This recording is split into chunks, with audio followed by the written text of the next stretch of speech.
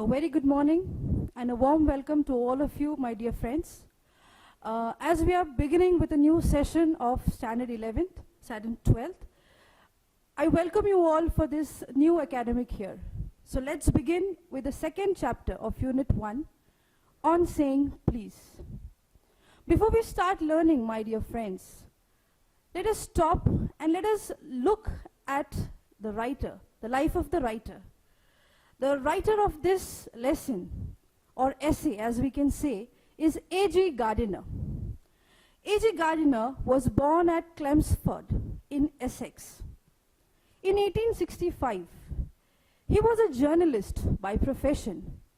At the age of 37, he started his career as a journalist.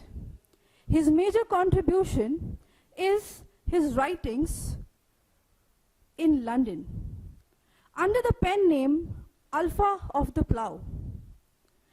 His major contributions to English literature are The Pillars of Society, The Pebbles on the Shore, Many Furrows, and The Leaves in the Wind.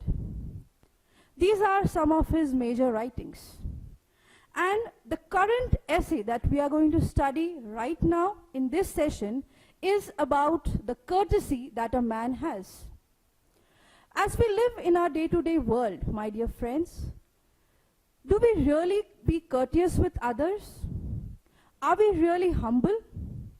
As we grow, we are selected our choices, and we are humble, we are polite with a certain amount of people who are superior to us, who are in a big position, but in correct way, we should be humble and we should be courteous to each and every one that we come across in our day-to-day life.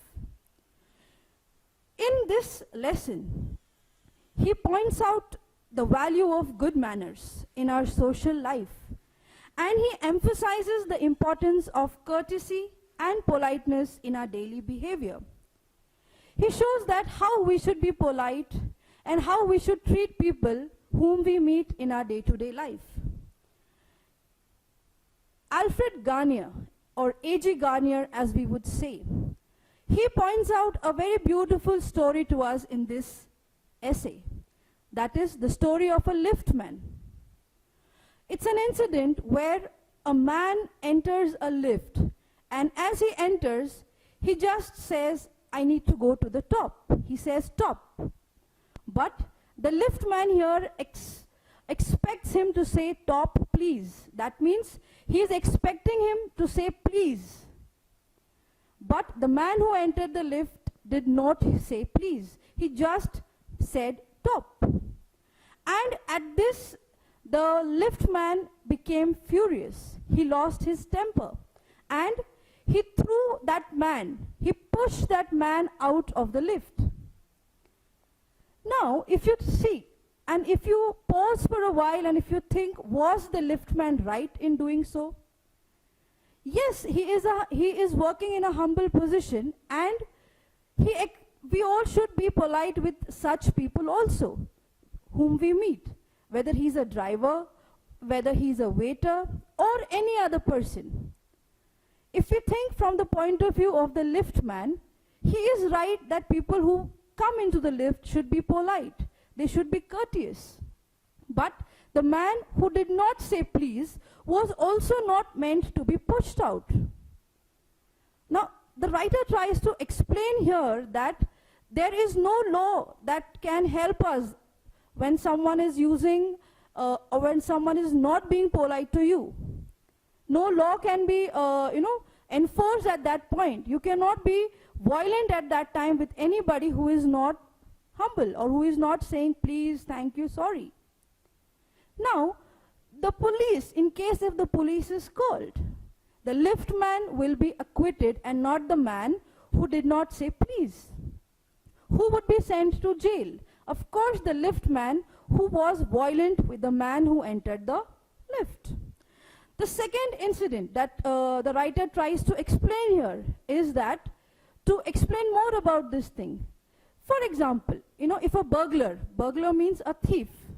If a thief enters into your home at midnight, and if you attack him just because he entered into your home, the law will not spare you. In fact, you would be put behind the bars. You would be arrested.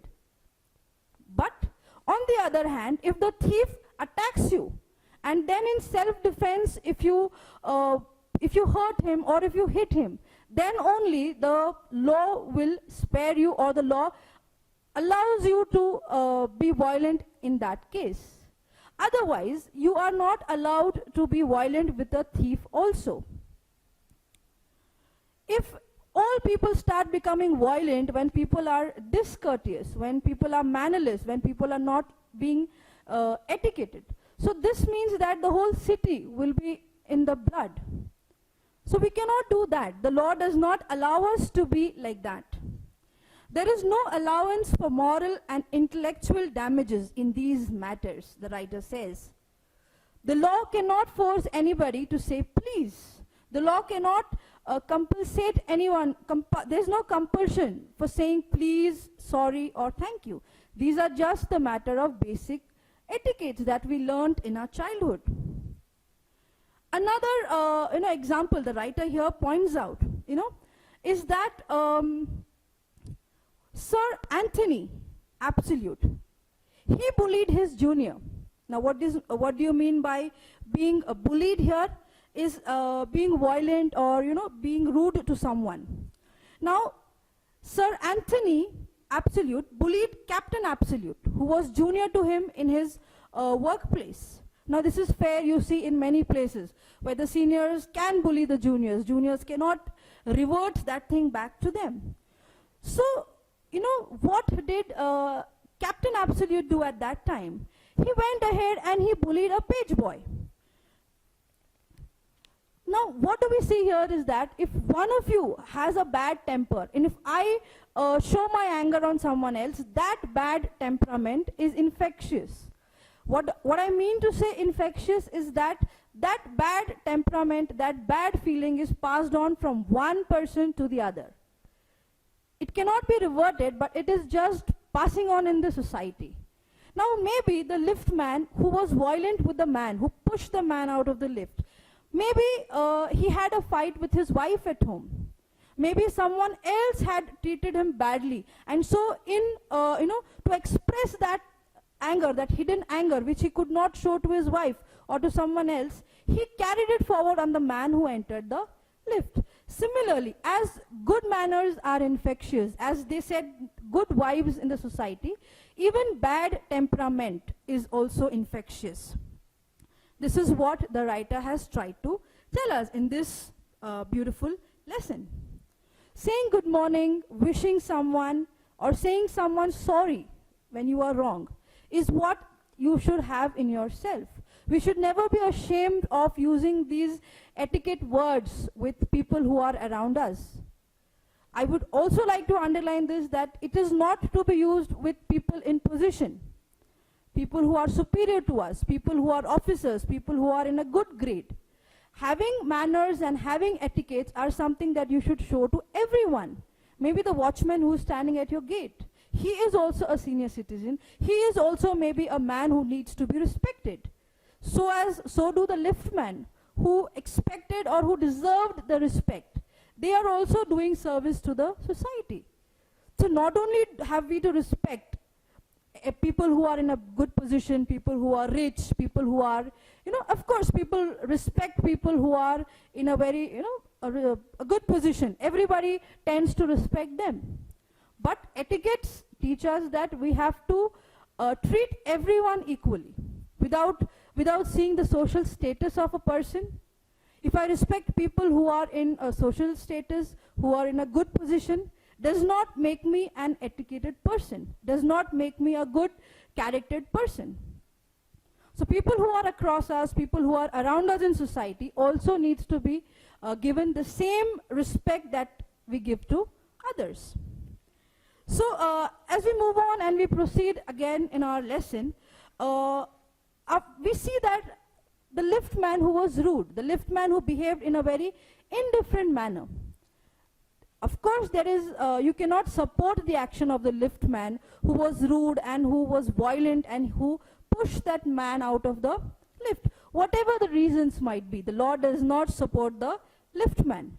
Of course, the man who was thrown out of the lift, the law is in favor of the man because he was manhandled, he was pushed, and he was being violent by the man. While it is true that there is no law which compels us to say please, this is a social practice that has been followed and that has been used for ages. You know, you can date back. People have been using such courteous words since many years. You know, these words, please, thank you, and sorry, you know, these are very essential to keep our lives moving, and it's just like it oils our life, it makes our life better in living. So they put an intercourse upon the basis of a friendly cooperation, an easy give and take instead on the basis of superior dictating to the inferiors. That means the writer is trying to say us, instead of being dictators, instead of giving orders to people, people are going to follow what you say. But if you say it in a polite manner, the person who is following your orders will do it in a more happier manner. He will be happy and he will look forward for your orders. He'll be in a better position to work with you, rather than if you are dictating him and you are being rude to him. I also would like to feature this connection, and the writer mentions here about second person, who is a bus conductor.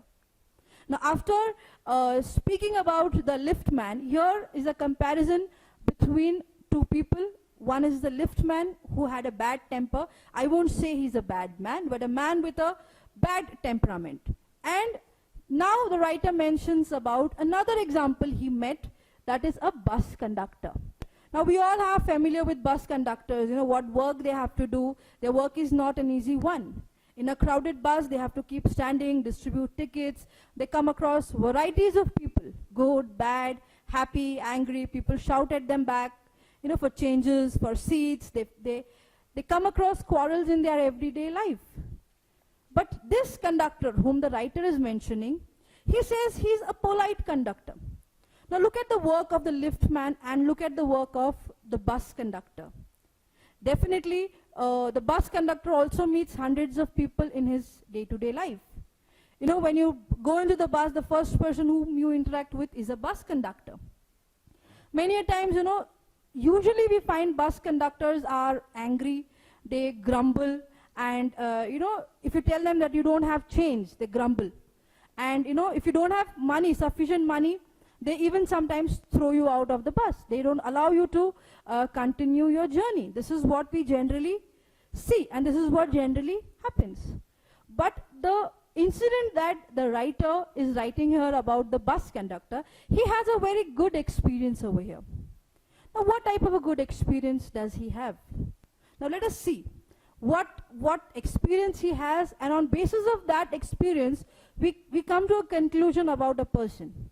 You know, if you have a good experience with a person, you have good memories about that person, you say, and you make a conclusion that this is a good man. How can you say that someone is good or someone is bad? You come to this conclusion when you have certain experiences with them. So here the writer is not in favor of the bus conductor personally, or he is not against the liftman, as he's already mentioned it in the lesson. He is just talking about it on basis of his experience that he had with these two people. Now, this bus conductor who has a very busy job of distributing tickets, collecting money, and they have a tough time, managing the currencies and giving appropriate seats, seeing whether the bus is stopping at the right position, right place, picking up people from the right spots, dropping them at right places. So they tend to get aggressive. Aggressive means the more people you meet, if you meet 100 people and if 50 of them are angry and they shout over you, it is very much usual for the bus conductor to lose his temper. But this conductor, whom the writer is talking about, had a very calm and a polite personality. One fine day when the writer, A.G. Garnier, was traveling to a place, and to his notice, when the turn came for him to give money. He put hands in his pocket and he was searching for some money to pay the fare for the ticket. Unfortunately, he realized that he had left his wallet home. It happens with us also. Many a times, you go out for marketing and you forget your wallet home. Yes, you can realize how embarrassing that can be. If you have taken some goods, if you have already seated in the bus and you tell the conductor, I don't have my wallet, you can understand what happens. You can very well feel that how embarrassed it would be if you tell someone that I don't have money. So, as we all know, in this second example that the writer is trying to give us about the bus conductor, he shares two experiences with him. How does he treat this writer? If he's saying that he's polite, he's humble, and he has a pleasant and a warm nature.